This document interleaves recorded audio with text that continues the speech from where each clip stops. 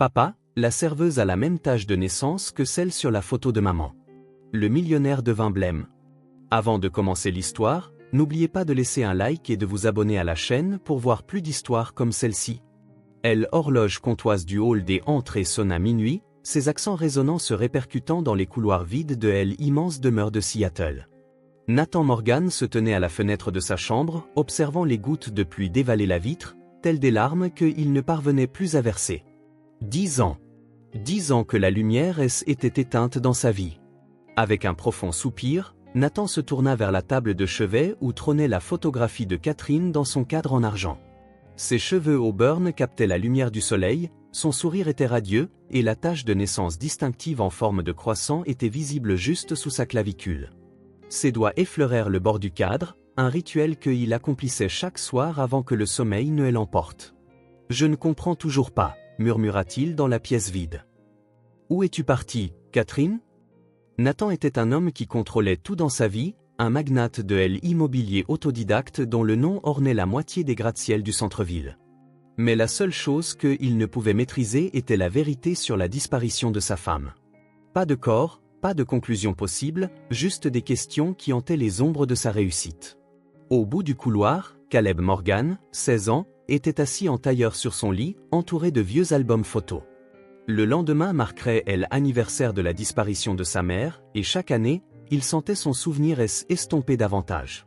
Il n'avait que 6 ans quand elle avait disparu, assez grand pour sentir la blessure, trop jeune pour en préserver les détails. « Papa » appela Caleb en entendant des pas dans le couloir.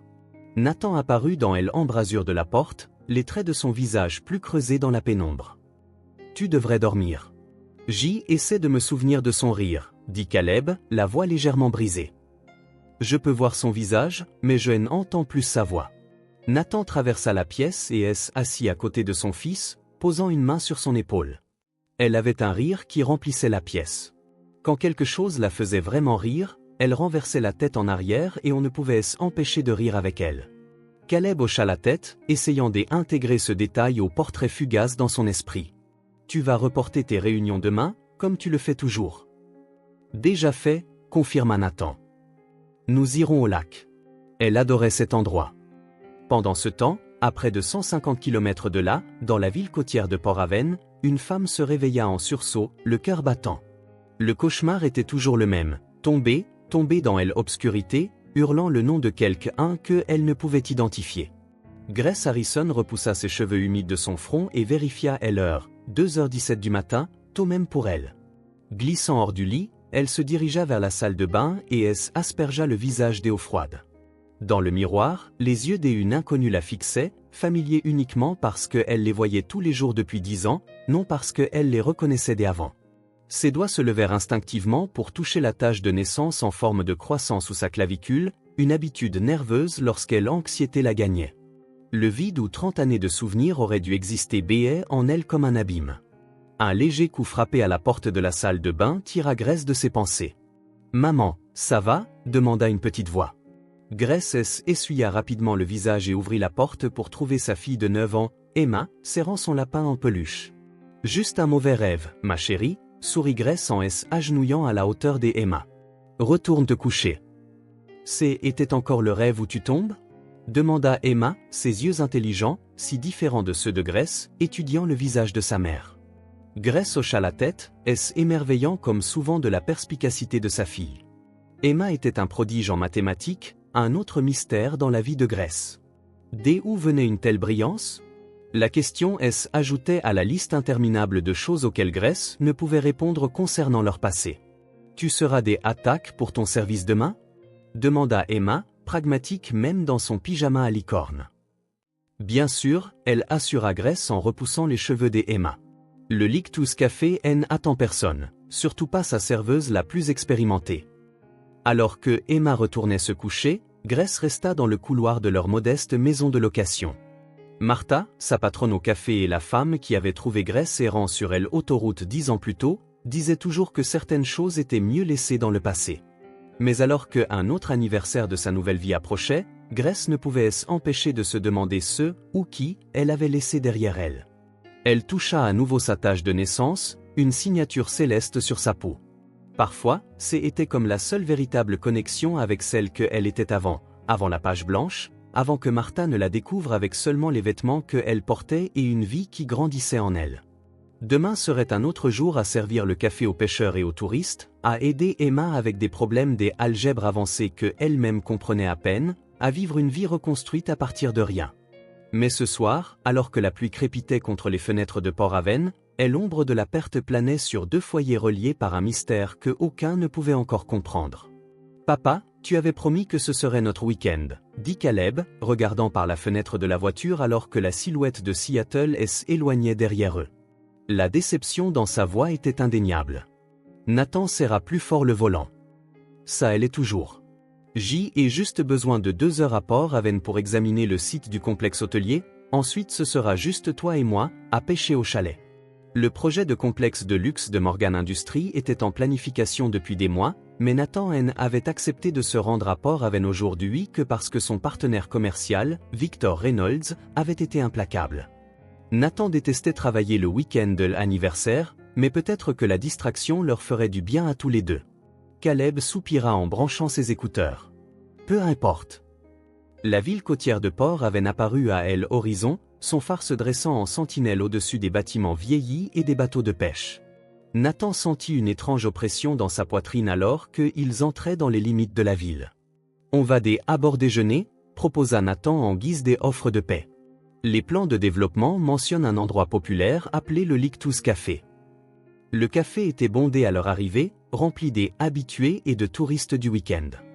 Une cloche sonna lorsqu'ils entrèrent, et une femme aux cheveux gris au comptoir leur fit signe vers une banquette libre près de la fenêtre. « Quelqu'un va s'occuper de vous tout de suite », lança-t-elle. Nathan étala ses documents sur la table, essayant de se concentrer sur le travail plutôt que sur ses souvenirs. Caleb était avachi sur son siège, faisant défiler son téléphone. « Voici les menus », dit une voix douce. Notre spécial du jour est la chaudrée de palourde avec. Caleb leva les yeux et se figea, les yeux écarquillés. Ils fixaient leur serveuse, une femme aux cheveux au beurre attachés en une simple queue de cheval, un sourire aimable et des yeux fatigués. Quelque chose chez elle le fit se redresser. « Désolé, » dit la serveuse, graisse selon son badge. « Est-ce que J ai interrompu quelque chose d'important ? » « Non, nous étions juste. » commença Nathan sans lever les yeux. Caleb tira soudainement la manche de son père avec une urgence inattendue. « Papa, » murmura-t-il, la voix tremblante. « Papa, regarde. » La serveuse a la même tache de naissance que maman. Celle sur la photo que tu gardes près de ton lit. La tête de Nathan se releva brusquement, ses yeux rencontrant ceux de Grace. Le document qu'il tenait à la main tomba au sol. La marque en forme de croissant sous sa clavicule, partiellement visible là où le col de son uniforme s'ouvrait, était distinctive. Mais c'était plus que ça, l'inclinaison de sa tête, la forme de ses yeux. Malgré quelques différences et une cicatrice près de sa tempe que Catherine n'avait jamais eue, la ressemblance était impossible. Nathan devint blême. « Monsieur, ça va ?» demanda Grace en reculant un pas, mal à l'aise sous son regard intense. « Je suis désolé, » réussit à dire Nathan, la voix rauque. « Vous me rappelez juste qu'elle est. » Grace toucha instinctivement sa tache de naissance, un geste si familier qu'il fit arrêter le cœur de Nathan. « Je vous laisse une minute avec les menus, » dit-elle en se retirant rapidement vers la cuisine. Derrière la porte battante, Martha leva les yeux de son grill. « Que est-ce qui ne va pas ? On dirait que tu as vu un fantôme. » Cet homme, dans la banquette, dit Grace, la main toujours sur sa clavicule. La façon dont il aime à regarder. Martha jeta un coup d'œil par le hublot de la porte, plissant les yeux. Des gens riches avec leur voiture de luxe, que des ennuis, marmonna-t-elle. Je vais m'occuper de leur table. Non, dit Grace, se surprenant elle-même. C'est bon. J est juste une drôle de sensation, tfou. De retour à la table, Nathan ne pouvait plus se concentrer sur ses documents. Caleb, tu es sûr de ce que tu as vu ? Ah, c'est sa marque. La marque de maman. Et elle lui ressemble. Plus âgée, des cheveux différents, mais c'est son visage. Ce n'est pas possible, murmura Nathan, mais il ne pouvait s'empêcher d'observer Grace alors qu'elle se déplaçait dans le café. Ta mère a disparu il y a 10 ans. 10 ans, répéta Caleb, l'esprit en ébullition. Et où est-elle allée après ? Et si ? Ne fais pas ça, le coupa sèchement Nathan. Elle n'y pense même pas.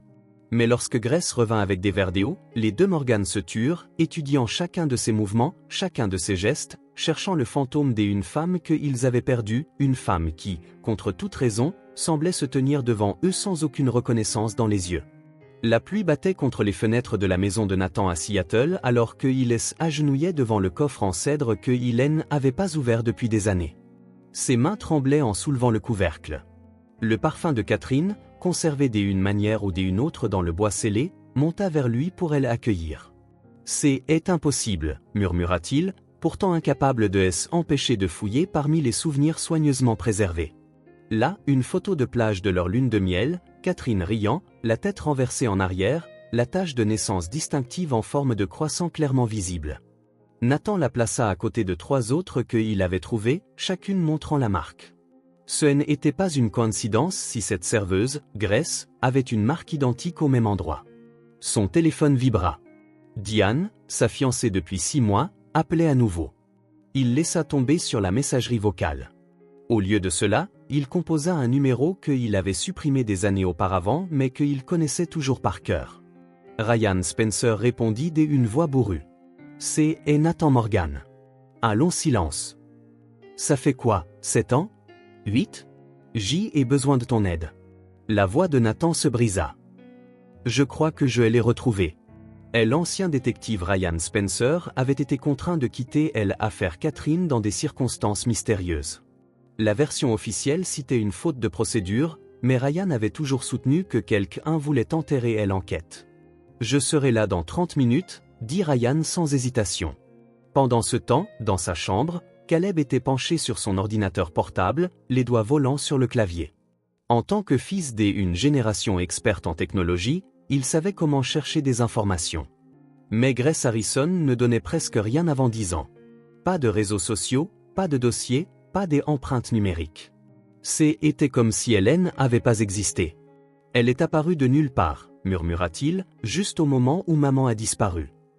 À Port-Aven, Grace borda Emma, l'esprit toujours troublé par la rencontre au café. « Maman, d'où viennent mes yeux bleus ?» demanda soudain Emma. « Les tiens sont marrons. » La question prit Grace au dépourvu.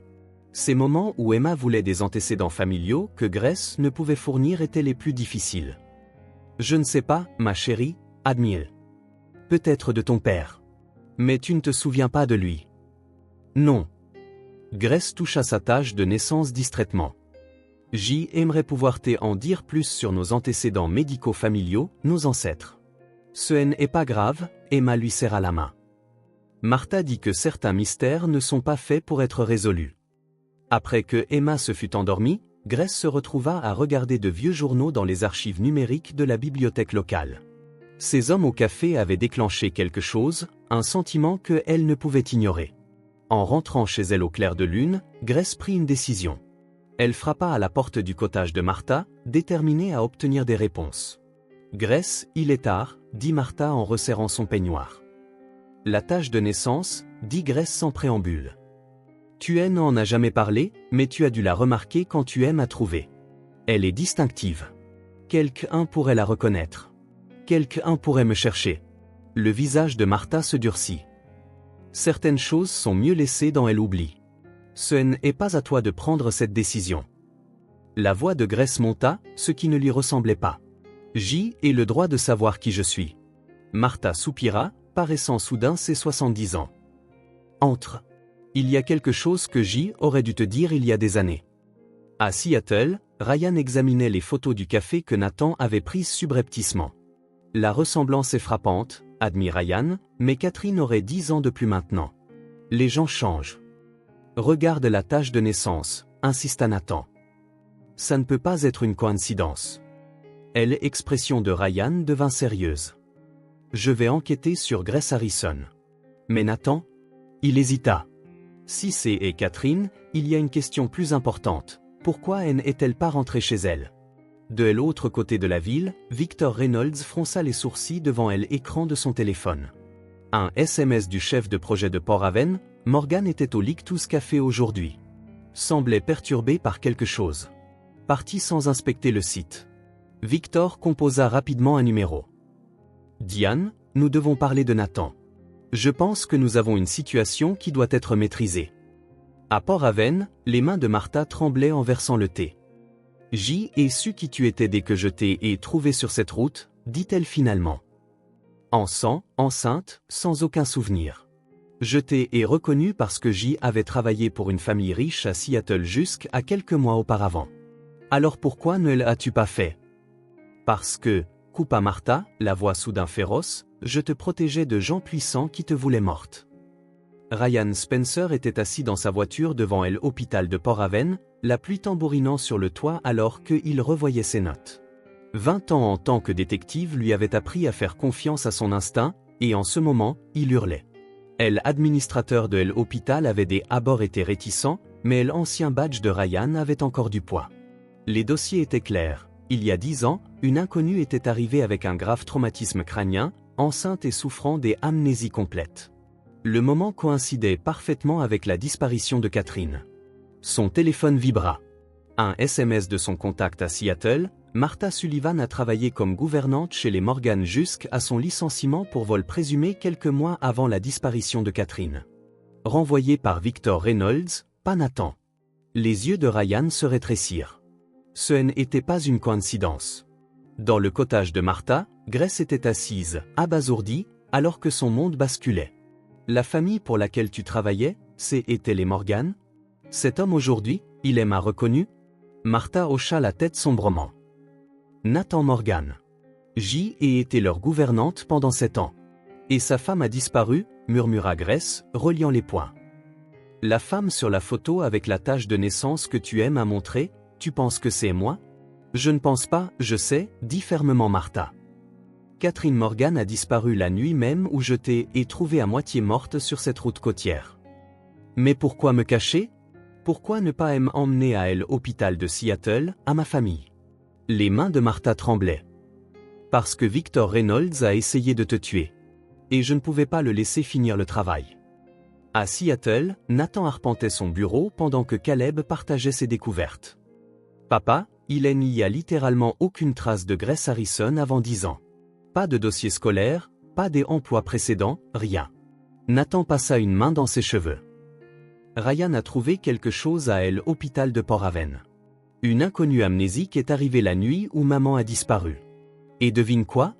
Elle était enceinte. Les yeux de Caleb s'écarquillèrent. Emma a 9 ans. Ça correspond parfaitement. Et il y a plus. Martha Sullivan, la patronne de Grace au café, était notre gouvernante jusqu'à ce que Victor la renvoie pour vol, c'est ça? Ce service en argent. Nathan fronça les sourcils. C'est ce que Victor a prétendu. Mais Catherine n'y a jamais cru. Elle a toujours dit que Martha était d'une honnêteté scrupuleuse. La sonnette retentit, les interrompant. Diane se tenait sur le pas de la porte, élégante dans une robe de créateur. « Tu as manqué notre dîner » dit-elle. Victor et moi étions inquiets. « Désolé » dit automatiquement Nathan. Un projet est survenu. Les yeux de Diane se rétrécirent. Le complexe de Port-Aven? Victor a mentionné que tu t'es y intéressé de manière inhabituelle ces derniers temps. Je fais juste preuve de diligence raisonnable, bien sûr. Son sourire n'atteignit pas ses yeux. Victor voulait que je te rappelle pour les papiers de la fusion. Il a besoin de ta signature dès ici vendredi. Après son départ, Caleb regarda son père gravement. Papa, fais-tu confiance à Victor? Vraiment confiance? Nathan fixa la porte. Avant, oui. Maintenant, je ne suis plus sûr. À Port-Aven, Grace était assise seule sur sa balançoire de Porsche, les révélations de Martha résonnant dans son esprit. Pouvait-elle vraiment être Catherine Morgan, une avocate fortunée avec un mari et un fils, et non la mère célibataire en difficulté qu'elle croyait être? Maman? Emma apparut dans l'embrasure de la porte, se frottant les yeux. Je n'arrive pas à dormir. Grace tapota la place à côté d'elle sur la balançoire. Je réfléchissais juste, ma chérie. À cet homme au café, j'y ai vu comment il te regardait. Grace sourit tristement. Parfois, Emma semblait bien plus âgée que 9 ans. Martha a dit quelque chose ce soir. Sur mon passé. Sur qui j'y aurais pu être avant. Les yeux d'Emma s'illuminèrent. Vraiment? Comme quoi? Grace hésita. Comment pouvait-elle expliquer cela à sa fille? Je dois d'abord éclaircir les choses. Mais je te promets, quoi qu'il arrive, toi et moi serons toujours ensemble. Emma se pencha contre elle. Je sais, maman. Alors que Emma se rendormait contre son épaule, Grace contemplait les étoiles. Si elle était Catherine Morgan, alors tout ce qu'elle savait d'elle-même était un mensonge. Et si Victor Reynolds avait essayé de la tuer une fois, essaierait-il à nouveau? À Seattle, Ryan examinait le dossier de l'affaire Catherine, le vrai, pas la version édulcorée diffusée au public. Il en avait gardé une copie malgré l'ordre de la détruire. Un détail elle avait toujours dérangé. La voiture de Catherine avait été retrouvée abandonnée sur une route côtière, non loin de Port-Aven, mais les recherches approfondies n'avaient jamais retrouvé de corps. Il y avait eu du sang dans la voiture, mais pas assez pour indiquer une blessure mortelle. Et maintenant, il savait pourquoi. Catherine Morgan avait survécu, perdu la mémoire, pendant 10 ans, avait vécu sous le nom de Grace Harrison, protégée par une gouvernante qui avait vu quelque chose que elle n'aurait pas dû et qui avait reconnu Catherine cette nuit fatidique. La question était, que avait découvert Catherine qui valait la peine de tuer? Le cœur de Nathan battait la chamade alors qu'il se garait sur le parking du Lictus Café pour la 2e fois cette semaine. Dans sa mallette se trouvait le livre préféré de Catherine, un exemplaire usé de Vers le phare avec ses notes en marge. Ce n'était pas seulement un déclencheur de mémoire, c'était un test. Tu n'es pas obligé de faire ça, elle avait prévenu Ryan au téléphone. Je suis toujours en train de rassembler des preuves. J'y ai besoin de savoir, avait simplement répondu Nathan, mettant fin à l'appel. À l'intérieur, le café était plus calme aujourd'hui. Nathan choisit une banquette avec une vue dégagée sur la cuisine et plaça le livre bien en évidence sur la table. Lorsque Grace approcha avec un menu, il observa ses yeux. « Bon retour », dit-elle, son sourire professionnel mais méfiant. « Juste vous aujourd'hui ? Mon fils est à son programme DET, répondit Nathan, étudiant son visage. Ressemblait-elle davantage à Catherine sous cette lumière? J'y aimerais un café pendant que je décide. Alors que Grace versait, son regard effleura le livre. Elle s'arrêta, sa main montant inconsciemment vers sa tache de naissance. Bon livre, demanda-t-elle, la voix légèrement tendue. Le préféré de ma femme, dit Nathan avec précaution. Elle avait l'habitude de le lire à voix haute. Quelque chose brilla dans les yeux de Grace, confusion, peut-être douleur. Elle posa la cafetière avec une main tremblante. « Vous allez bien » demanda Nathan. « Juste un mal de tête » murmura Grace. « Je vais chercher votre café. » Dans la cuisine, Grace pressa ses paumes contre ses tempes. Derrière ses paupières closes, une image fugitive se forma, elle-même, assise sur un siège de fenêtre, lisant à voix haute à un petit garçon aux cheveux noirs. La vision était si vive, mais disparut aussi vite qu'elle était venue. « Ça va » demanda sèchement Martha. « Il est de retour, n'est-ce pas » Grace hocha la tête. « Il y a quelque chose chez lui, Martha. Quand j'y ai vu ce livre » L'expression de Martha se durcit. « Reste loin de lui, s'il te plaît. » Cette nuit-là, les cauchemars de Grace s'intensifièrent. Dans ses rêves, elle entendait un enfant appeler « maman » et voyait des éclairs de documents, de chiffres et le visage en colère d'un homme. Elle se réveilla en haletant, des larmes coulant sur ses joues. « Maman » Emma se tenait dans l'embrasure de la porte, serrant son lapin en peluche. « Tu criais. » Grace essuya ses yeux. « Juste un mauvais rêve. » Emma grimpa sur le lit. « Était à propos de ton passé ? Des choses que Martha t'a dites ? Peut-être, murmura Grace en serrant sa fille dans ses bras. « Je ne sais pas pourquoi je ne me souviens pas. Ma prof de maths dit que notre cerveau nous protège parfois. » dit sagement Emma. Peut-être que le tien te protège. À Seattle, Nathan déverrouilla le coffre-fort caché dans le sol de son bureau, une mesure de sécurité sur laquelle Catherine avait insisté. À l'intérieur se trouvaient des copies de sauvegarde des dossiers de l'entreprise que Catherine avait conservés en privé en tant que directrice juridique de Morgan Développement. Catherine avait été méticuleuse. Nathan n'avait jamais complètement examiné ses dossiers après sa disparition, le chagrin avait été trop écrasant. Maintenant, il examinait méthodiquement les documents. La plupart étaient des contrats de routine, mais un dossier était simplement marqué des 1 points des interrogations rouges. À l'intérieur, Nathan trouva des dossiers financiers que Catherine avait signalés avec des post-it, exprimant des inquiétudes concernant des transferts offshore. Le sang de Nathan se glaça lorsqu'il reconnut les numéros de compte. Ils correspondaient à des avoirs que Victor lui avait assurés être des paradis fiscaux légitimes. La note de Catherine suggérait le contraire, possible blanchiment des argents. Nécessité de confirmer la source des fonds avant de confronter V, son téléphone sonna. Papa? Caleb. Je me suis inscrit à un programme de maths des étés à Port-Aven. Tu as fait quoi? C'est le programme de l'Institut Anderson. Très prestigieux. Le ton de Caleb était trop innocent. Et devine qui y est? Emma Harrison. La fille de Grace. Nathan soupira. Caleb, on ne peut pas envahir leur vie sur la base d'une intuition. C'est plus qu'une intuition et tu le sais. Emma est un prodige en maths, papa. Juste comme Catherine, termina doucement Nathan. Le don de Catherine pour les mathématiques avait été exceptionnel, elle avait failli faire carrière en mathématiques avant de choisir le droit. Après avoir raccroché, Nathan fixa à nouveau les notes de Catherine. Et si sa disparition n'était pas un accident, mais liée à ce qu'elle avait découvert sur les finances de l'entreprise? À Port-Aven, Grace était assise sur la plage à l'aube, regardant les vagues se briser contre le rivage. Les cauchemars la laissaient épuisée, mais étrangement alerte, comme si son esprit luttait pour se réveiller d'un sommeil plus long. Le livre dans le café, le regard intense de Nathan Morgan, les révélations de Martha, les flashs de mémoire, toutes les pièces des puzzle que Hélène n'était pas sûre de vouloir assembler. Si elle était Catherine Morgan, est-ce que cela signifiait pour sa vie en tant que Grace? Pour Emma? Alors que le soleil se levait sur Hello, Grace prit une décision. Elle trouverait la vérité, quoi qu'il en coûte. Elle le devait à la femme qu'elle aurait pu être et à la fille qui méritait de connaître son véritable héritage. Ce qu'elle ne savait pas, c'est que des forces convergeaient déjà, précipitant le passé vers elle avec l'inéluctabilité de la marée. « Tu es absolument magnifique », ronronna Diane en ajustant le nœud papillon de Nathan dans le miroir. Le gala de charité avait transformé le Seattle Art Museum en un pays des merveilles scintillant de richesse et d'influence. Ce soir est la nuit parfaite pour annoncer nos fiançailles. Nathan se raidit. Nous n'avions pas discuté de faire une annonce. Le sourire de Diane resta figé, mais ses yeux se durcirent. Nous sommes fiancés depuis 6 mois, Nathan. Les gens commencent à parler. Je ne suis pas prêt, dit-il fermement, les pensées de Grace, de Catherine, consumant son esprit.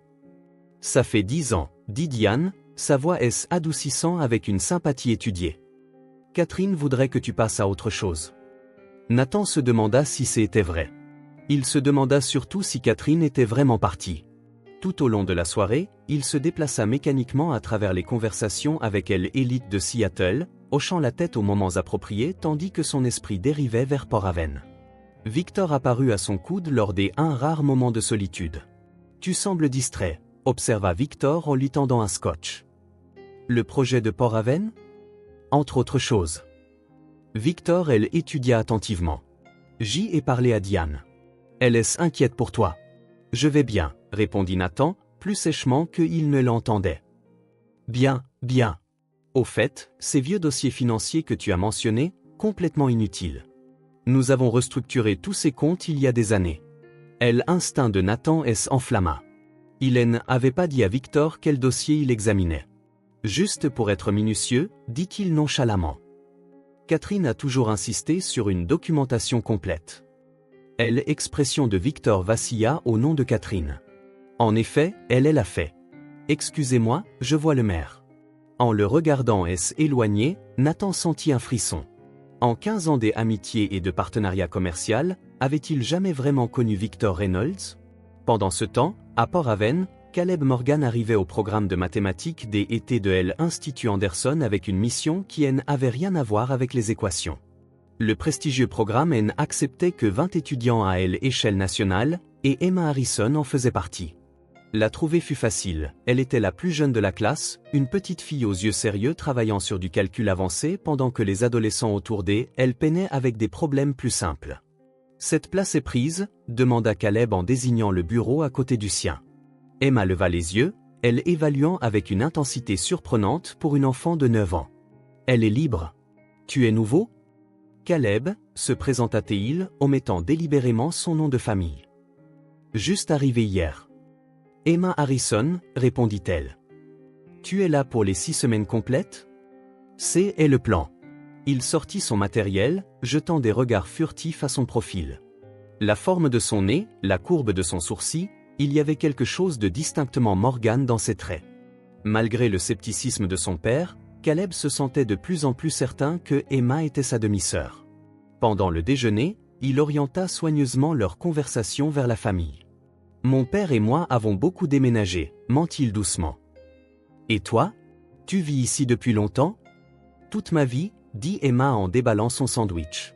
« Enfin, tout ce dont je me souviens. Je suis née juste après que ma mère soit arrivée à Port-Aven. »« Tes deux parents vivent ici ?» L'expression des Emma S assombrie. « Juste ma mère. Je n'ai pas de père. » Ou si, quelque part, mais maman ne se souvient pas de lui. Caleb faillit étouffer avec son nom. Elle ne se souvient pas? Maman est amnésique, expliqua Emma avec naturel. Elle ne se souvient de rien avant il y a 10 ans. Martha, elle est un peu comme ma grand-mère, a trouvé maman sur la route après un accident. Maman était déjà enceinte de moi. Le cœur de Caleb battait la chamade.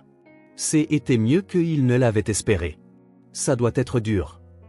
Emma haussa les épaules avec une nonchalance forcée. Parfois, je la surprends à fixer son reflet, comme si elle cherchait quelqu'un des autres dans le miroir. Elle pense que je ne le remarque pas, mais si. Au cours des jours suivants, Caleb et Emma nouèrent une amitié inattendue malgré leurs différences d'âge.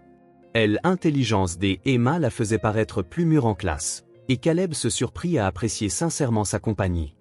Il apprit que Emma partageait son amour des échecs, un jeu que Catherine lui avait appris avant de disparaître.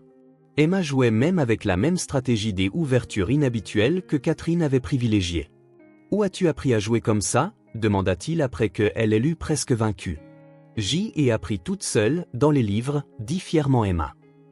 Maman est nulle aux échecs. Un après-midi, alors qu'il marchait de l'Institut au Lictus Café où travaillait Grace, Caleb rassembla son courage. « Emma, est-ce que ta mère a déjà essayé de découvrir qui elle était avant? De retrouver la mémoire ?» Le visage de la fillette devint sérieux. Elle a essayé différents médecins, mais rien ne marche. Martha a toujours dit qu'il valait mieux ne pas remuer le passé. Mais dernièrement, elle hésita. Dernièrement, maman fait des cauchemars et a des maux de tête. Elle dit qu'elle voit des flashs de choses, mais ne peut pas y accrocher. En approchant du café, Caleb vit la voiture de son père sur le parking. Il n'avait pas dit à Nathan qu'il serait là aujourd'hui. À travers la fenêtre, il observa son père et Grace en conversation, une tension indéniable entre eux. Quand Grace se tourna pour servir une autre table, Caleb vit l'expression de son père, un mélange d'espoir et de déchirement qui lui serra la poitrine. À l'intérieur, Grace remarqua immédiatement Caleb, ses yeux écarquillant en reconnaissant ses traits, des traits qui faisaient écho à ceux de Nathan. « Maman, voici mon ami Caleb, du programme », dit joyeusement Emma. « Enchanté de te rencontrer, Caleb, » dit Grace, la voix assurée malgré sa reconnaissance évidente de sa ressemblance avec Nathan. « Tu es nouveau à Port-Aven ?»« Juste de passage, » répondit Caleb, étudiant son visage pour tout signe qu'elle le reconnaissait comme plus que le fils de Nathan. Plus tard, alors que Nathan ramenait Caleb à son logement d'été, aucun ne parla jusqu'à ce qu'ils atteignent le dortoir. « Elle a les yeux de maman, » dit finalement Caleb. Et son rire. Nathan serra plus fort le volant. « Je sais. Emma me l'a dit. » Grace a des flashs de mémoire ces derniers temps. Nathan se tourna vers son fils, l'espoir et la peur se livrent en bataille dans son expression. « Nous devons être prudents, Caleb. Si Grace et Catherine, et si Victor étaient impliqués dans ce qui lui est arrivé, alors nous la mettons à nouveau en danger en remuant tout ça, » acheva sombrement Caleb. Aucun ne dit ce qu'ils pensaient tous les deux, ils mettaient peut-être aussi Emma en danger. Le bureau de Victor Reynolds offrait une vue panoramique de Seattle, mais son attention était fixée sur son écran des ordinateurs. Le rapport de surveillance était troublant. Nathan était rendu à Port-Aven 4 fois en 2 semaines, et maintenant Caleb y était aussi, inscrit à un programme de mathématiques. L'interphone de Victor sonna. « Monsieur Morgan est là pour vous voir. » Il ferma le rapport et afficha un sourire alors que Nathan entrait. « Nathan, j'y allais justement t'appeler. La commission des urbanismes de Port-Aven a approuvé notre proposition. » « Bonne nouvelle, » répondit Nathan en s'installant dans un fauteuil. « Mais ce n'est pas pour ça que je suis là. Je dois discuter du mariage. » Victor haussa un sourcil. « Ton mariage ? Je pensais que c'était entre toi et ma sœur. » Diane insiste pour fixer une date. « J'y ai besoin de plus de temps. Ça fait 6 mois que tu l'as demandé en mariage. dit Victor avec précaution, et 10 ans depuis Catherine. Il laissa la phrase en suspens. C'est justement ça, Nathan se pencha en avant. J'y ai examiné certains des anciens dossiers de Catherine. L'expression de Victor resta neutre, mais ses jointures blanchirent autour de son stylo. Oh? Quel dossier? Des dossiers financiers avant sa disparition. Elle avait des inquiétudes concernant certains comptes offshore. Le silence s'étira entre eux. Finalement, Victor rit légèrement. Catherine était toujours minutieuse. Mais ses comptes ont été restructurés il y a des années, comme je l'ai mentionné au gala. C'est vrai, acquiesça Nathan. Néanmoins, j'y aimerais tout revoir correctement. Pour clore le chapitre, bien sûr. Victor se leva. Maintenant, à propos du mariage, Diane pensait à septembre. Nathan se leva pour partir. Dis-lui que j'y réfléchirai. Après le départ de Nathan, Victor appela immédiatement Diane. Nous devons accélérer notre calendrier. Nathan fouille dans les dossiers de Catherine. À Port-Aven, Ryan Spencer était assis dans sa voiture de location en face du Lictus Café, observant à travers des jumelles Martha Sullivan sortir par la porte de derrière. Il avait passé des jours à assembler le puzzle, et une conclusion était inéluctable. Martha en savait bien plus qu'elle ne avait révélé. Son contact à Seattle avait découvert que Martha avait été renvoyée après avoir surpris une dispute entre Victor et Catherine. La raison officielle au vol des argenteries, n'avait jamais abouti à des poursuites. Ryan suivit Martha jusqu'à l'épicerie, la bousculant délibérément au rayon des fruits et légumes. Excusez-moi, excusa-t-il en aidant à ramasser les pommes tombées. Ryan Spencer? Les yeux de Martha se rétrécirent en le reconnaissant.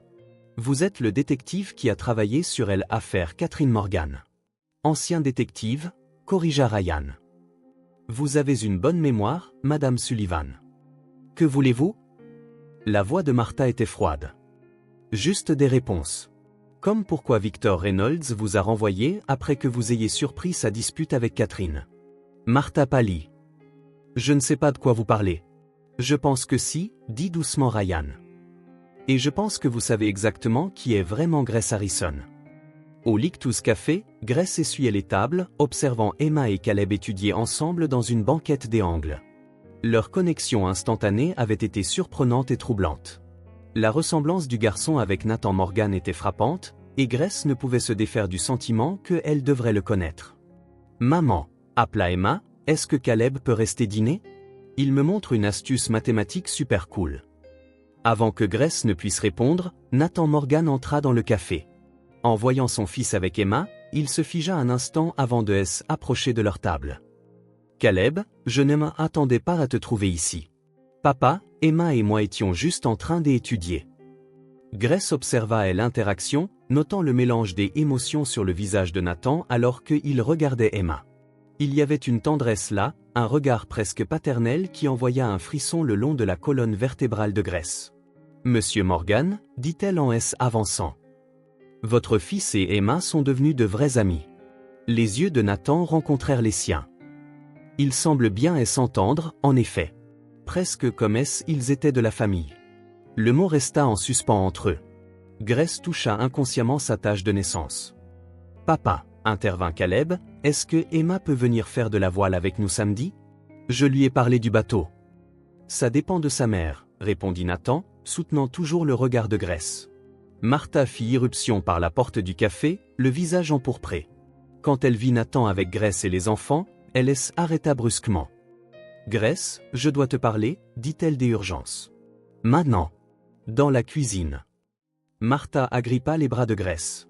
Ce détective, Ryan Spencer, il est en ville, il pose des questions. Sur toi, sur moi, sur cette nuit-là. Que est-ce que tu lui as dit?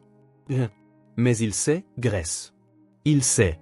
Victor Reynolds est dangereux et était responsable de ce qui est arrivé à Catherine Morgan. La voix de Martha se brisa. Et maintenant, les Morgan sont là, se rapprochant des Emma. Tu ne vois pas le schéma? Grace regarda par la fenêtre de la cuisine Nathan et les enfants. Martha avait-elle raison? Était-ce une mise en scène élaborée pour finir ce que Victor avait commencé 10 ans plus tôt? Ou était-elle enfin sur le point de découvrir sa véritable identité, mettant sa fille en terrible danger par la même occasion? Fais-moi juste confiance, murmura Caleb à Emma alors qu'il s'éclipsait du bâtiment de mathématiques pendant la pause déjeuner. Nous devons parler quelque part en privé. Emma le suivit jusqu'à un banc isolé surplombant le port. Pour une enfant de 9 ans, elle avait un aplomb remarquable, mais aujourd'hui ses yeux trahissaient son anxiété. « Tu agis bizarrement depuis hier, dit-elle. Depuis que ton père est venu au café. » Caleb prit une profonde inspiration. « Emma, je dois te demander quelque chose d'important. Est-ce que ta mère a quelque chose d'avant, quand Martha l'a trouvé ?» Emma hésita. « Pourquoi veux-tu savoir ? S'il te plaît, c'est important. » Elle a un stylo en argent, dit finalement Emma. Maman dit qu'il était dans sa poche quand Martha l'a trouvé. Elle le garde dans sa boîte à bijoux, dit que c'est son bien le plus précieux parce que c'est la seule chose qu'elle a d'avant. Est-ce qu'il y a des initiales dessus ? Demanda Caleb, le cœur battant. Emma hocha la tête. Maman ne sait pas ce que ça veut dire. Elle pensait que c'était peut-être ses vraies initiales, mais son nom commence par un G. Caleb lutta pour garder une expression neutre. Catherine Morgan. Le stylo devait être celui que son grand-père avait offert à sa mère pour sa remise de diplôme de droit. Elle avait vu sur des photos. Emma, j'ai besoin de voir ce stylo. Pourquoi ? Ses yeux se rétrécirent avec une suspicion soudaine. Que est-ce que tu ne me dis pas, Caleb ? Il hésita, partagé entre la vérité et la protéger. Je crois que je sais peut-être qui était ta mère avant l'accident. Pendant ce temps, à Seattle, Nathan agenouilla devant la boîte à bijoux antiques de Catherine. Au fil des ans, il avait regardé des innombrables fois, mais était toujours concentré sur les objets visibles, son alliance, les boucles des oreilles en perles qu'il lui avait offertes pour leur 5e anniversaire, le médaillon avec la photo de bébé de Caleb. Aujourd'hui, quelque chose que Ryan avait mentionné le taraudait. Catherine avait toujours été prudente, gardant des copies de sauvegarde des documents importants. Et si Nathan passa ses doigts le long de l'intérieur du tiroir, cherchant des irrégularités. Près du fond, il sentit un léger jeu dans le bois. En appuyant fermement, il entendit un clic alors qu'un faux fond se libérait, révélant un compartiment caché. À l'intérieur se trouvait un petit journal relié en cuir qu'il n'avait jamais vu auparavant. Les mains tremblantes, Nathan ouvrit. L'écriture élégante de Catherine remplissait les pages, des entrées datées, la dernière datant du jour même de sa disparition. En lisant, son sang se glaça. 15 avril, trouver des divergences dans les transferts aux Caïmans. Les montants ne correspondent pas aux registres officiels. Doit enquêter davantage. 30 avril, les comptes offshore sont définitivement utilisés pour quelque chose des non autorisés. Des importantes sommes transitent par des sociétés écrans sans activité commerciale légitime. Les empreintes de Victor partout. 10 mai, confirmer mes soupçons. Victor utilise Morgan Développement pour blanchir de l'argent pour les investisseurs du casino East Lake. Montant en millions. Elle est confrontée aujourd'hui. Il aime à menacer, a dit que je ne comprenais pas à quoi j'y avais affaire. Apporterai les preuves à Nathan demain. 11 mai, le médecin a confirmé la grossesse aujourd'hui. 8 semaines. Pas encore dit à Nathan. Voulait être sûr des abords. Nous lui dirons demain, après avoir réglé la situation avec Victor. Un nouveau bébé. Caleb sera si excité d'être grand frère. La dernière entrée, datée du 12 mai, le jour de la disparition de Catherine, était incomplète. Rencontre Victor au bureau ce soir. Il prétend qu'il peut tout expliquer. Prend des copies de tous les documents, justo. L'entrée arrêtait brusquement. Nathan se laissa tomber en arrière, submergé. Catherine avait découvert du blanchiment des argents au sein de leur entreprise. Elle avait confronté Victor. Et elle était enceinte des Emma quand elle avait disparu. Il appela immédiatement Ryan. J et trouvé le journal de Catherine. Elle a découvert que Victor utilisait l'entreprise pour blanchir de l'argent. Et Ryan, elle était enceinte quand elle a disparu. 8 semaines. Le moment correspond parfaitement à la naissance des Emma, répondit sombrement Ryan. Cela donne à Victor un mobile clair. Je vais commencer à monter un dossier. Mais Nathan, nous avons besoin de plus qu'un journal pour prouver ce qui est arrivé à Catherine. De l'autre côté de la ville, Victor Reynolds étudiait les images de surveillance de la maison de Nathan, des images provenant de caméras dont Nathan ignorait l'existence. Il regarda Nathan découvrir le compartiment caché dans la boîte à bijoux. Il a trouvé, dit Victor à Diane qui se tenait derrière lui. Le journal. Que est-ce que Catherine a écrit exactement dedans? Demanda Diane, la voix tendue. Assez pour nous détruire tous les deux. Victor ferma son ordinateur portable. Accélère les plans du mariage. Et arrange-toi pour que je visite notre propriété de Port Aven demain. Il est temps que je rencontre cette Grace Harrison moi-même. À Port Aven, Emma conduisit Caleb dans sa maison après l'école. Maman est encore au travail. Le stylo est dans sa chambre. Dans la modeste chambre de Grace, Emma ouvrit la petite boîte à bijoux en bois sur la commode. Niché parmi quelques pièces simples se trouvait un élégant stylo en argent. Caleb le fixa, la reconnaissance l'envahissant. « C'est ça », murmura-t-il en le prenant avec précaution. La gravure était indubitable, Catherine Morgan, Juris Doctor. Avec fierté, maman et papa. « Tu sais ce que KM signifie, n'est-ce pas » demanda Emma. Caleb hocha lentement la tête. Catherine Morgan. Ma mère. Le visage d'Emma devint pâle. Que est-ce que tu dis? Ta mère? Caleb peina à trouver les mots. Je pense qu'elle est ma mère aussi. Je pense qu'elle est Catherine Morgan. Emma recula. C'est impossible. Ma mère est Grace Harrison. Réfléchis, Emma. Ta mère est apparue à Port Aven il y a 10 ans, amnésique, enceinte de toi. Ma mère a disparu il y a 10 ans. Ce stylo lui appartenait. Il le leva. Ce sont ses initiales. Son cadeau de fin des études de droit. Emma secoua la tête, des larmes se formant. Pourquoi ne se souviendrait-elle pas de moi? De toi? Elle, accident de voiture. Le traumatisme crânien dont Martha T a parlé. Elle a perdu la mémoire. Mais pourquoi ton père ne l'a-t-il pas trouvé? Pourquoi personne n'a cherché ici? Ils ont cherché. Partout. Mais si quelqu'un a essayé de lui faire du mal, de la tuer, peut-être que Martha la protégeait en la gardant cachée. Emma est assise sur le bord du lit, digérant cette information impossible. Si tu as raison, cela ferait de nous frères et sœurs, termina Caleb. Demi-frères et demi-sœurs, techniquement. Ils restèrent assis dans un silence stupéfait jusqu'à ce qu'ils entendent la porte des entrées s'ouvrir. Emma, tu es à la maison, appela Grace. Rapidement, Caleb remit le stylo dans la boîte à bijoux, mais pas avant que Grace apparaisse dans l'embrasure de la porte. Que est-ce que vous faites tous les deux dans ma chambre? demanda-t-elle, son regard passant de l'un à l'autre, puis à la boîte à bijoux ouverte. Emma fondit en larmes. Emma, que est-ce qui ne va pas? Grace se précipita aux côtés de sa fille. Maman, qui est Catherine Morgan? demanda Emma à travers ses larmes. Grace se figea, sa main montant instinctivement pour toucher sa tache de naissance. Où as-tu entendu ce nom? Est-ce vrai? demanda Emma. Es-tu elle? Caleb est-il mon frère? Grace regarda Caleb, qui tenait le stylo en argent. C'est, dit-il doucement. Catherine Morgan. Ma mère. Grace prit le stylo de ses mains tremblantes, passant ses doigts sur la gravure. Pendant un moment, personne ne parla. Je ne sais pas, murmura-t-elle finalement. Honnêtement, je ne sais pas qui je suis. Mais je commence à penser que Martha a eu raison depuis le début. Quelqu'un voulait la mort de Catherine Morgan. Et si c'est moi, alors nous sommes tous en danger. Grace fixa l'enveloppe Kraft qui avait été livrée au café. Pas des adresses de retour, juste son nom dactylographié sur le devant. Elle avait trouvé appuyé contre la porte de derrière en arrivant pour son service du matin. Tu vas ouvrir ou juste la regarder toute la journée? demanda Martha, lorgnant l'enveloppe avec suspicion. Dès une main hésitante, Grace rompit le seau.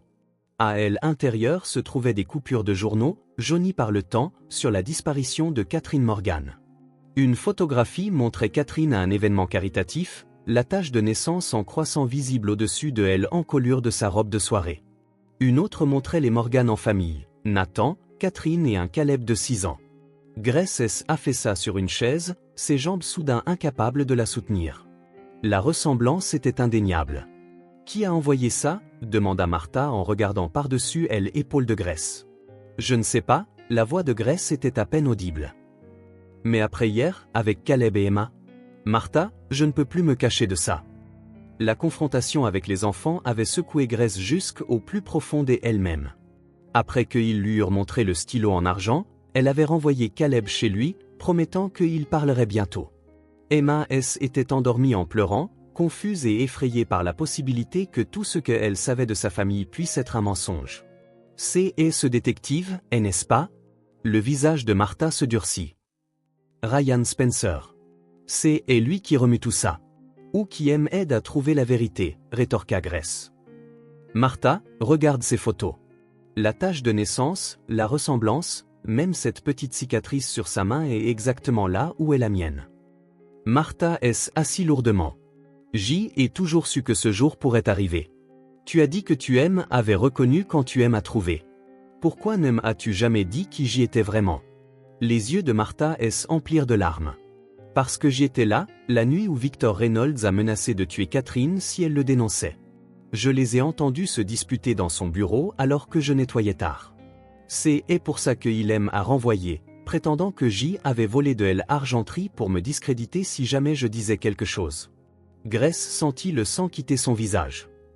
Et puis, quand tu m'as trouvé, ensanglanté au bord de la route, la voiture accidentée en bas du talus, je t'ai reconnu immédiatement comme étant Catherine Morgan. J'y ai d'abord cru que tu étais morte. La voix de Martha se brisa. Quand j'y ai réalisé que tu respirais mais que tu n'avais aucun souvenir, j'y ai fait un choix. Je ne pouvais pas t'emmener à un hôpital, Victor y aurait trouvé. Alors je t'ai emmené chez mes cousins à Port-Aven. Quand nous avons découvert que tu étais enceinte, je t'ai aidé à te construire une nouvelle vie sous le nom de Grace Harrison. Grace ferma les yeux, absorbant cette confirmation de ce qu'elle avait commencé à soupçonner. Tu me protégeais, et Emma une fois qu'elle est née, ajouta Martha avec férocité. Victor Reynolds est un homme puissant avec des relations dangereuses. Il avait su que tu avais survécu? La cloche du café retentit et Emma fit irruption, le visage illuminé d'excitation. Maman, tu ne devineras jamais ce que Caleb a dit sur sa famille. Son père, Monsieur Morgan, possède cette immense entreprise et ils ont une maison avec une vraie bibliothèque dedans, et... Elle arrêta, remarquant l'atmosphère tendue et les photographies étalées sur la table. Grace rassembla rapidement les coupures. On dirait que tu as passé une bonne journée avec Caleb. Maman, Emma approcha avec précaution, as-tu réfléchi à ce que nous t'avons montré hier? Au stylo et à Catherine Morgan? Grace échangea un regard avec Martha. Oui, ma chérie, j'y ai réfléchi. Caleb dit que son père, je veux dire, Monsieur Morgan, a trouvé une sorte de journal qui prouve que quelqu'un a essayé de faire du mal à sa mère. Il dit que son père veut te parler. Grace sentit un frisson. Quand Caleb a-t-il dit ça? À l'instant. Ils sont tous les deux dehors, dans leur voiture. Grace se précipita à la fenêtre. Effectivement, l'élégante voiture noire de Nathan était garée de l'autre côté de la rue, Nathan et Caleb visibles à l'intérieur. Ils attendaient que je te dise qu'ils sont là, expliqua Emma. Caleb craignait que tu ne t'aies enfui, ils entraient simplement. Martha agrippa le bras de Grace. Ne sors pas. Nous ne savons pas si nous pouvons leur faire confiance. Grace retira doucement la main de Martha. Si je suis Catherine Morgan, alors c'est mon fils qui est là-bas. Et Nathan, il serait mon mari. Et si Victor Reynolds les a manipulés? Rétorqua Martha. Si c'est un piège? Grace toucha sa tache de naissance, une habitude dont elle réalisait maintenant qu'elle aurait pu appartenir à Catherine. J ai eu un autre flash de mémoire la nuit dernière, plus fort qu'avant. Je me disputais avec un homme dans un bureau. Il me menaçait. Puis, plus tard, conduisant sur une route de montagne, des phares apparaissant dans mon rétroviseur, se rapprochant de plus en plus. Le visage de Martha pâlit. Victor a fait sortir de la route cette nuit-là. Grace hocha lentement la tête. Je crois que oui. Et je crois qu'il est temps que j'y arrête de me cacher. Prenant une profonde inspiration, Grace se dirigea vers la porte, la petite main d'Emma serrée dans la sienne. Alors qu'elle sortait, Nathan et Caleb émergèrent de leur voiture. Les quatre se tinrent sur le trottoir, une famille incomplète séparée par une décennie de pertes et de tromperies, chacun cherchant des réponses dans les visages des autres. Grace, dit finalement Nathan, la voix épaisse des émotions. Nous devons parler.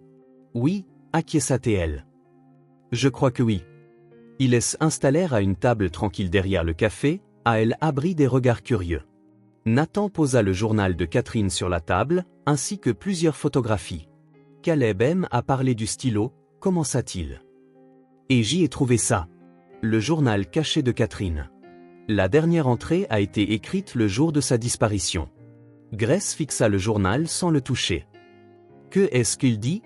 Que Catherine a découvert que Victor Reynolds, mon associé, utilisait notre entreprise pour blanchir de l'argent. Elle l'a confronté et il l'a menacé. Nathan déglutit difficilement.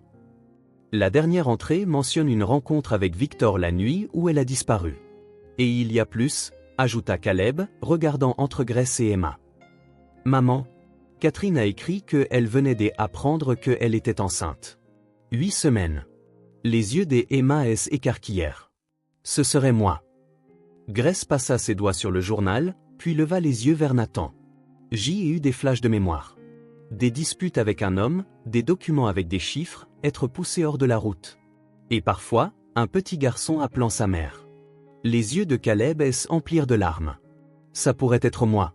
Je t'ai appelé pendant des années après ta disparition. Grace tendit la main avec hésitation, touchant celle de Caleb. J'aimerais pouvoir me souvenir de toi clairement. Le médecin a dit que l'amnésie pourrait être en partie psychologique, expliqua doucement Nathan. Une réponse protectrice à un traumatisme. Alors, que se passe-t-il maintenant? Demanda Grace, regardant Nathan puis les enfants. Si je suis Catherine, et je commence à le croire, que est-ce que cela signifie pour nous tous? Avant que Nathan ne puisse répondre, un élégant SUV noir arrêta devant le café. Victor Reynolds en sortit, son sourire prédateur alors qu'il les apercevait à travers la fenêtre. C'est lui, murmura Grace, son visage se vidant de sa couleur. C'est l'homme de mon souvenir. Celui qui aime à menacer dans le bureau. L'expression de Nathan se durcit. Restez ici. Je vais m'occuper de Victor. Mais alors que Nathan se levait, Ryan Spencer apparut du coin de la rue, 2 policiers à ses côtés. Juste à temps, dit sombrement Ryan en regardant Victor approcher. Voyons comment il va expliquer maintenant. Le sourire de Victor Reynolds n'atteignit jamais ses yeux alors qu'il poussait la porte du café, son costume coûteux détonnant au milieu de l'atmosphère décontractée de la ville côtière. Juste derrière lui se trouvait Diane, ses talons hauts claquant sèchement sur le plancher en bois. Nathan. Quelle coïncidence, lança Victor, le ton jovial mais le regard calculateur. Quand j'y ai entendu que tu étais de nouveau à Port-Aven, j'y ai pensé que nous pourrions discuter du projet de complexe hôtelier autour des déjeuners. Nathan se plaça protecteur devant Grace et les enfants. Pas de coïncidence, Victor. Tu suis mes mouvements. Le sourire de Victor vacilla un instant. Ne sois pas paranoïaque. Diane et moi étions simplement... Ces mots moururent alors que son regard tombait sur Grace.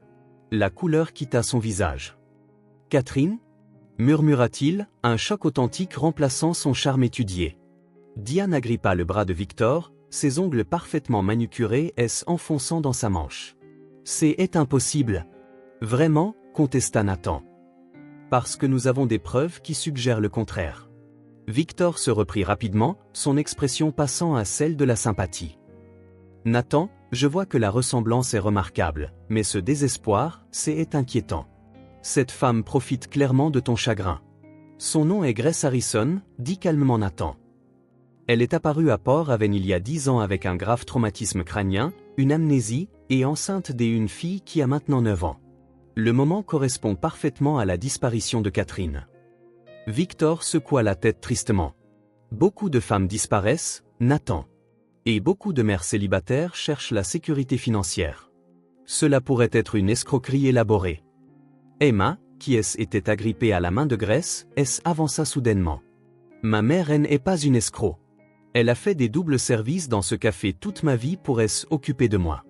Le regard de Victor se durcit en regardant Emma, remarquant pour la première fois sa ressemblance avec Nathan. La main de Diane se serra encore plus fort sur son bras, ses jointures blanches. Si vous voulez bien nous excuser, dit Victor sèchement, c'est manifestement une affaire privée. Nous devrions rester où vous êtes. Ryan Spencer apparut dans l'embrasure de la porte, flanqué de 2 officiers en uniforme. Victor Reynolds, j'y ai quelques questions sur la nuit où Catherine Morgan a disparu. L'expression de Victor passa de la surprise à un calme calculé. Ancien détective Spencer, n'est-ce pas? J'y ai entendu dire que vous aviez été renvoyé des forces de l'ordre pour irrégularité dans vos méthodes d'enquête. J ait été retiré de l'affaire Catherine après M être trop approché de la vérité, répondit Ryan d'un ton égal. Une vérité qui implique des comptes offshore, du blanchiment des argents et une tentative de meurtre. Le café S était vidé des autres clients, Martha les ayant fait sortir à elle arrivée de Victor. Maintenant, elle se tenait derrière le comptoir, le visage sombre alors qu'elle observait la confrontation. C'est absurde, intervint Diane, la voix cassante. Vous n'avez aucune preuve des actes répréhensibles. En fait, dit Nathan en posant le journal de Catherine sur la table entre eux, nous en avons. Victor fixa le journal, une lueur de reconnaissance dans ses yeux. Le journal de Catherine? Ça ne prouve rien, sauf qu'elle avait une imagination fertile. Ça prouve qu'elle a découvert votre opération de blanchiment des argents, rétorqua Nathan. Et qu'elle vous a confronté à ce sujet la veille de sa disparition. Et J et la déclaration sous serment de Martha Sullivan, ajouta Ryan, qu'elle vous a entendu menacer Catherine, c'est et pourquoi vous l'avez renvoyée sur de fausses accusations de vol. La façade de calme de Victor commença à se fissurer. La parole des un détective déshonoré et des une gouvernante voleuse, des preuves peu convaincantes. Grace, qui était restée silencieuse, avança soudainement. Et ma parole? Tous les regards se tournèrent vers elle alors qu'elle faisait face à Victor. Je ne me souviens pas de tout, dit-elle doucement, mais je me souviens suffisamment. Je me souviens de vous, dans votre bureau, me disant que si J allait voir Nathan avec ce que J avait trouvé, je ne vivrais pas pour en voir les conséquences. Vous ne pouvez pas, commença Victor. Je me souviens des documents, continua Grace, sa voix gagnant en force. Transfert au Caïman. Sociétés écran. Investisseur du casino East Lake. Victor tressaillit aux détails spécifiques, des détails que seule Catherine pouvait connaître. Et je me souviens, conduisant sur cette route côtière, la voix de Grace tremblait maintenant, regardant dans mon rétroviseur et voyant des phares se rapprocher de moi, de plus en plus vite. Un SUV noir, comme celui dans lequel vous êtes arrivé aujourd'hui. Diane se dégagea soudainement de Victor. Tu m'as dit que c'était un accident. Siffla-t-elle. Tu as dit qu'elle avait perdu le contrôle de sa voiture. Diane, ne fais pas ça, prévint Victor. Tu m'as promis qu'elle était juste sortie de la route toute seule. Le sang-froid de Diane vola complètement en éclats. Tu n'as jamais dit que tu avais pourchassé. Les officiers se rapprochèrent alors que l'expression de Victor assombrissait. Catherine allait détruire tout ce que nous avions construit. Les comptes offshore, les connexions avec East Lake, elle aurait tout révélé. Je ne pouvais pas laisser faire ça. Alors vous avez essayé de la tuer, la voix de Nathan était un calme mortel. Ma femme. La mère de mon fils. Qui était enceinte de notre fille. Les yeux de Victor cherchèrent les issues, calculant son évasion. Vous ne pouvez rien prouver de tout ça. C'est la parole d'une amnésique et d'une sœur jalouse. Martha avança. Non. C'est la parole de quelqu'un qui a vu la voiture de Catherine dans votre garage le lendemain matin de sa disparition. Je récupérais mes affaires après avoir été renvoyé quand je vous ai vu transférer des objets de sa voiture à la vôtre. Il y avait du sang sur la portière passager. Ryan fit un signe de tête aux officiers qui se placèrent de part et d'autre de Victor. Nous ajouterons falsification de preuves et obstruction à la justice aux accusations. Victor se jeta soudainement en avant, attrapant Emma et la tirant contre lui. Reculez, tous! Lâchez-la! Le cri de Grace était pris mal alors qu'elle tendait la main vers sa fille. Victor, ne fais pas ça, plaida Nathan, voyant le désespoir sauvage dans les yeux de son ancien ami. Je sors d'ici, gronda Victor, et cette petite fille est mon assurance. Emma, terrifiée mais remarquablement calme, leva les yeux vers son ravisseur. Tu as essayé de tuer ma maman. Tais-toi, gamine. Tu lui as fait tellement de mal qu'elle aime à oublier. Continua Emma, des larmes coulant sur son visage. Elle a oublié mon frère et mon père. Tu as volé toute notre famille. L'emprise de Victor se relâcha légèrement alors que la confusion traversait son visage. À cet instant, Caleb, qui s'était glissé derrière eux, abattit violemment un plateau de service sur la tête de Victor. Victor chancela, relâchant Emma qui courut dans les bras de Grace. Les officiers se précipitèrent, maîtrisant Victor alors qu'il tentait de se reprendre. Diane recula vers la porte. Je n'ai rien à voir avec ça. Il a dit que Catherine avait juste disparu. Ryan fit un geste au troisième officier qui attendait dehors. Diane Reynolds, nous avons des questions sur votre implication dans la dissimulation des crimes de votre frère et votre relation ultérieure avec Nathan Morgan. Alors que les officiers emmenaient Victor et Diane, le café tomba dans le silence. Nathan, Grace, Caleb et Emma se tenaient ensemble, une famille fracturée par la violence et la tromperie, faisant maintenant face à la possibilité d'une réunion. Emma leva les yeux vers Grace, son petit visage sérieux. « Es-tu ma maman, ou es-tu Catherine Morgan ?» Grace agenouilla devant sa fille, des larmes coulant librement. « Je suis les deux, ma chérie. Je suis la femme qui t'a élevée et aimée chaque jour de ta vie. Et je commence à me souvenir d'avoir été la femme qui t'a d'abord porté sous son cœur. » Elle ouvrit les bras et Caleb y glissa avec hésitation. Le garçon qui avait perdu sa mère à 6 ans en avait maintenant 16. Mais alors que Grace tenait ses 2 enfants, quelque chose en elle changea, une pièce brisée retrouvant sa place. Nathan regardait, ses propres yeux humides de larmes. « Catherine » murmura-t-il. Grace leva les yeux vers lui, son expression un mélange complexe de reconnaissance et d'incertitude. « Je crois que je retrouve mon chemin. » Le titre du Seattle Times annonçait « Magnat des affaires arrêtées. Victor Reynolds accusé de tentative de meurtre vieille de 10 ans. » En dessous, un titre plus petit, disparu depuis des années, Catherine Morgan retrouvée vivant comme serveuse amnésique. Grace, qui demandait maintenant légalement à être reconnue comme Catherine Grace Morgan, plia le journal et le mit de côté. La frénésie médiatique les avait forcés à se retirer dans la maison du lac de Nathan, loin des journalistes campés devant son cottage de Port Haven et le manoir de Seattle. Les résultats ADN sont arrivés, dit Nathan en entrant dans la pièce avec une enveloppe. Non pas que nous en ayons eu besoin, mais le procureur voulait que tout soit documenté. Grace priait l'enveloppe avec des mains tremblantes. La confirmation scientifique de ce que son cœur avait déjà accepté. Elle était Catherine Morgan, et Emma était la fille biologique de Nathan. « Que se passe-t-il maintenant » demanda-t-elle, regardant le lac tranquille où elle avait apparemment passé de nombreux étés avant sa perte de mémoire. Victor et Diane sont détenus sans caution. Les charges sont considérables. Tentative de meurtre, fraude, blanchiment d'argent, obstruction à la justice. Le témoignage de Martha sur le fait d'avoir vu votre voiture a été crucial. Martha sera-t-elle poursuivie pour m'avoir caché? Nathan secoua la tête. Le procureur la considère comme ayant sauvé votre vie. Il la traite comme un témoin, pas une complice. Du ponton extérieur, il pouvait voir Caleb enseigner à Emma à pêcher. Les enfants avaient noué un lien instantané, bien que les circonstances restent écrasantes pour tout le monde. La réputation de l'entreprise est en lambeaux, continua Nathan. J'ai commencé le processus de dédommagement des clients affectés par les manigances de Victor, mais les dommages financiers sont substantiels. Grace toucha distraitement sa tâche de naissance. Et moi? Légalement, je veux dire. Les avocats travaillent à restaurer votre identité. C'est compliqué. Vous êtes légalement morte depuis 10 ans, mais avec la confirmation ADN et les témoignages, ils accélèrent tout. Elle hocha la tête, luttant toujours pour concilier ces 2 identités. Je veux garder les 2 noms. Catherine Grace Morgan. Les 2 femmes font partie de moi maintenant. Bien sûr, acquiesça doucement Nathan. Une équipe médicale avait travaillé avec Grace, tentant de récupérer davantage de ses souvenirs. Les progrès étaient lents et fragmentaires. Une fête des anniversaires des enfants ici, une dispute juridique là, des flashs de sa vie avec Nathan. Mais les médecins étaient optimistes quant au retour de plus de souvenirs avec le temps.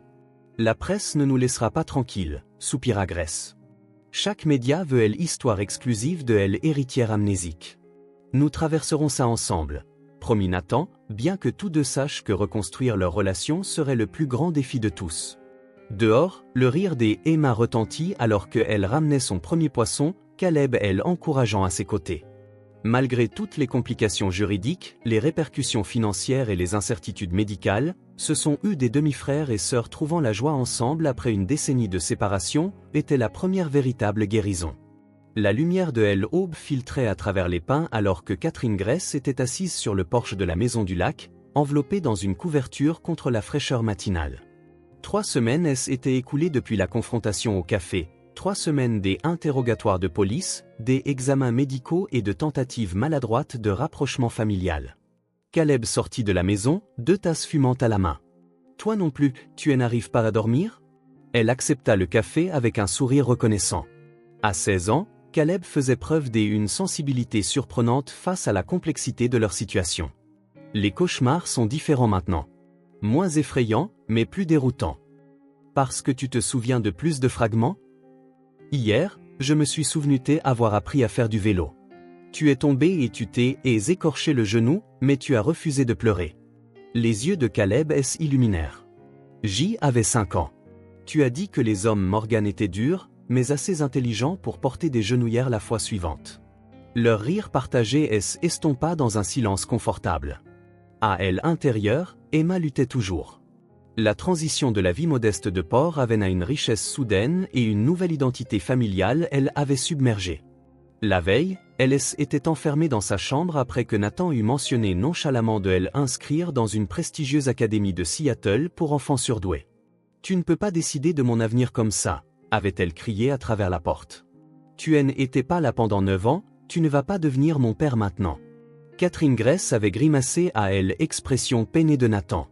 Plus tard, elle avait trouvé fixant de vieilles photos de famille, le chagrin gravé sur son visage.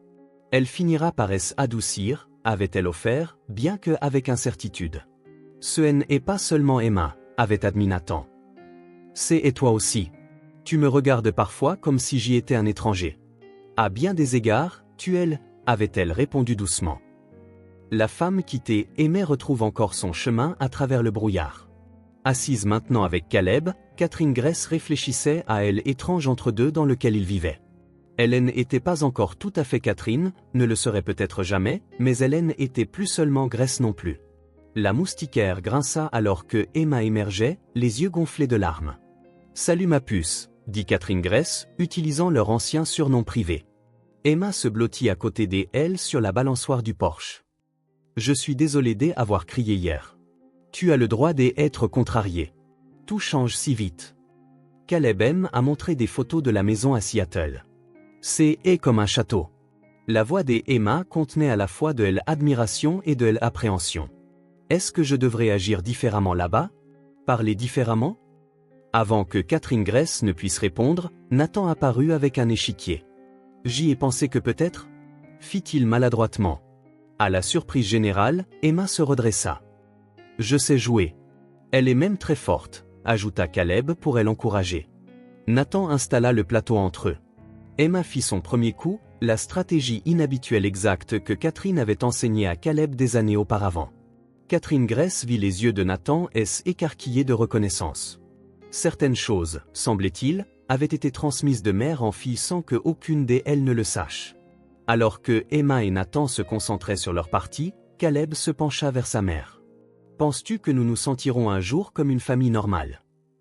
Catherine Gress regarda le lever du soleil se refléter sur le lac où elle avait été heureuse autrefois, où elle essayait d'être heureuse à nouveau. « Pas normal, dit-elle finalement. Mais peut-être un jour, entière. » Le téléphone de Catherine Gress s'illumina de messages urgents alors qu'elle revenait de sa séance de thérapie. Nathan avait appelé 6 fois et Ryan Spencer 2 fois. « Allume les infos », dit Nathan quand elle rappela, la voix tendue.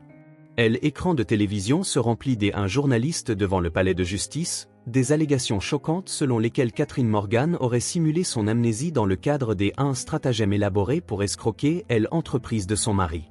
Des sources proches de l'enquête ont fourni des preuves suggérant que Morgan a conspiré avec l'ancienne gouvernante Martha Sullivan pour disparaître et établir une nouvelle identité. Catherine Gress affaissa sur le canapé, la main à la gorge. « C'est Victor. Ses avocats ont publié une déclaration affirmant que tu as tout mis en scène, confirma sombrement Nathan. Ils ont manipulé des preuves pour suggérer que toi et Martha aviez planifié cela ensemble. C'est absurde. Et mes dossiers médicaux? Le traumatisme crânien? Ils prétendent que était auto-infligé. Juste assez pour créer un déni plausible. La sonnette retentit sans cesse alors que les journalistes envahissaient la propriété. Catherine Gress tira les rideaux, son sanctuaire violé une fois de plus. Ryan arriva 1 heure plus tard, se faufilant à travers la foule des médias. « Victor est aux abois », expliqua-t-il. La date de son procès est fixée, les preuves sont accablantes, alors il essaie de brouiller les pistes. « Mais les gens le croient », dit Catherine Gress en faisant défiler des commentaires haineux sur les réseaux sociaux. « Il me traite de croqueuse de diamants qui a abandonné son enfant. » Une nouvelle encore pire suivie. Victor avait réussi à accéder aux récents dossiers médicaux de Catherine Gress, découvrant des informations que elle-même n'avait pas encore pleinement traitées. Catherine Gress Morgan de nouveau enceinte, confirme des sources, titrait le journal de Elle après-midi. Le timing est-il suspect alors que des batailles pour la garde et l'héritage se profilent? Nathan fixa le titre, puis Catherine Gress. Tu es enceinte? Elle hocha la tête, des larmes montant à ses yeux. Je viens de l'apprendre hier. J allait te le dire ce soir. Le médecin a appelé avec les résultats après mon examen physique. Nathan peina à trouver ses mots. Comment Victor a-t-il pu obtenir cette information? Il a encore des relations, dit sombrement Ryan. Du personnel hospitalier, probablement. Les enfants rentrèrent de leur après-midi avec Martha pour trouver leurs parents dans un silence choqué. Caleb comprit immédiatement la situation, éloignant protecteur Emma des informations. Plus tard cette nuit-là, après que les enfants furent couchés, Catherine Gress trouva Nathan sur le ponton, fixant elle au calme. « Je suis désolée que tu aies appris de cette façon, dit-elle doucement. Ce n'est pas ta faute. Il ne se retourna pas. Es-tu d'accord avec ça? Un bébé, avec tout le reste? Elle est assis à côté de lui, leurs reflets ondulant ensemble dans l'eau. Je ne sais pas. Je suis terrifiée. Mais aussi, cette grossesse, contrairement à celle d'Emma, je m'en souviendrai. Nous la vivrons ensemble. Comme il se doit. Elle hésita. Si tu veux. Nathan prit sa main, son contact encore nouveau, mais familier d'une certaine manière. Ce que je veux, c'est que tu choisisses librement, sans pression. Catherine, ou Gress, ou Catherine Gress, qui que tu décides d'être, je veux juste que tu sois heureuse. Pour la première fois depuis leur retrouvaille, Catherine Gress pencha la tête sur son épaule, et ensemble, ils regardèrent la lune onduler sur le lac, leur avenir aussi incertain et plein de possibilités que elle eau chatoyante. Les gros titres étaient enfin estompés alors que le procès de Victor et Diane commençait, l'intérêt public pour la famille Morgan cédant la place au drame sensationnel du tribunal.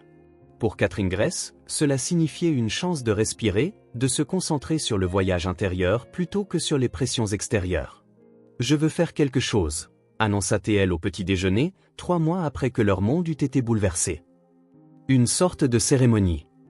Quel genre de cérémonie? Demanda Emma, sa relation avec sa mère étant stabilisée même si elle continuait à s'adapter à la présence de Nathan dans leur vie. Une cérémonie à propos de ma tâche de naissance. Catherine Gress toucha la forme en croissant sous sa clavicule. Pour reconnecter mes 2 vies. Ce week-end-là, ils se réunirent au cottage de Martha, l'endroit où Gress Harrison était éveillée pour la première fois à sa nouvelle vie. Martha avait décoré le petit jardin de guirlandes lumineuses et de lanternes, créant un espace magique au crépuscule. « Merci à tous d'être venus », commença Catherine Gress, debout devant sa famille dans une simple robe blanche qui laissait sa tache de naissance visible. Quand je vivais en tant que Catherine, je portais cette marque avec fierté. En tant que Gress, je la touchais instinctivement quand j'y étais anxieuse, sans jamais savoir pourquoi elle me paraissait significative. Emma et Caleb étaient assis côte à côte sur un banc de jardin, leur gène initial en tant que demi-frère et sœur ayant évolué vers un lien protecteur. Nathan se tenait légèrement à l'écart, faisant toujours attention à ne pas trop présumer. Cette marque relie mes 2 vies, la seule chose physique qui est restée constante quand tout le reste a été enlevé. La voix de Catherine Gress trembla légèrement. Aujourd'hui, je veux reconnaître les 2 femmes que j'y ai été, et la famille qui étend sur ses identités. Elle se tourna vers Emma, sortant d'une boîte en velours un délicat collier en argent avec un pendentif en croissant. Pour Emma, qui a été mon cœur et ma boussole pendant 9 ans. Ceci représente la résilience qui survit même lorsque les souvenirs disparaissent. Elle le lui attacha autour du cou, elle embrassant sur le front alors que Emma retenait ses larmes. Ensuite, elle présenta à Caleb le stylo en argent qui avait des abords reliés son passé et son présent. Pour le fils qui n'a jamais cessé de chercher sa mère, qui aime à trouver quand je ne pouvais pas me trouver moi-même. Caleb, accepta avec un calme surprenant, bien que ses mains tremblassent légèrement. Je l'utiliserai pour écrire notre histoire un jour. Finalement, Catherine Gress se tourna vers Nathan. Pendant 10 ans, tu as gardé la foi alors qu'il ne semblait y avoir aucune raison d'espérer. Tu as protégé notre fils et préservé ma mémoire. Elle hésita. Je ne me souviens toujours pas de tout à propos de nous, mais j'y offre le pardon pour ce que aucun de nous ne pouvait empêcher, et l'ouverture à ce que nous pourrions devenir. Nathan avança, tendant une petite boîte. À elle intérieure se trouvait l'alliance de Catherine, modifiée pour inclure un petit symbole de croissant à côté du diamant des origines. « Puis-je » demanda-t-il doucement. Catherine Gress tendit la main, lui permettant de glisser la bague à son doigt, non pas comme une restauration de ce qui était, mais comme une reconnaissance de ce qui pourrait être. Alors que le ciel assombrissait et que les lumières scintillaient autour d'eux, Martha servit du chocolat chaud dans le cottage où elle avait autrefois abrité une femme brisée sans mémoire. Maintenant, ils étaient assis ensemble, pas encore complètement guéris, mais plus fracturés. Une famille renaissant sous la même lune en croissant reflétée dans la tache de naissance de Catherine Gress. 1 an plus tard, la route côtière où Martha avait trouvé une Catherine brisée et enceinte semblait transformée. Des fleurs sauvages parsemaient la pente herbeuse où une voiture avait autrefois dévalé le bord, et la lumière du soleil scintillait sur la mer calme en contrebas, la nature ne montrant aucun souvenir de la tragédie qui y était déroulée. Catherine Gress se tenait au belvédère en bord de route, une main reposant sur son ventre arrondi, et l'autre tenant une lanterne en papier. Derrière elle, Nathan supervisait Caleb et Emma préparant leur propre lanterne, leur rire porté par la brise. Une année de guérison, une année de reconstruction, une année pour devenir une famille. Le procès était terminé 6 mois plus tôt, Victor écopant une peine de 25 ans pour tentative de meurtre, fraude et blanchiment d'argent. Diane avait plaidé coupable, témoignant contre son frère en échange d'une peine réduite. La vérité avait enfin été reconnue par les tribunaux, permettant aux Morgan de se concentrer sur leur voyage plus personnel de réconciliation. « Prêt » demanda Nathan en approchant avec sa propre lanterne. Catherine Gress hocha la tête, souriant à sa famille réunie autour d'elle. Emma, maintenant âgée de 10 ans, était épanouie au cours de l'année écoulée.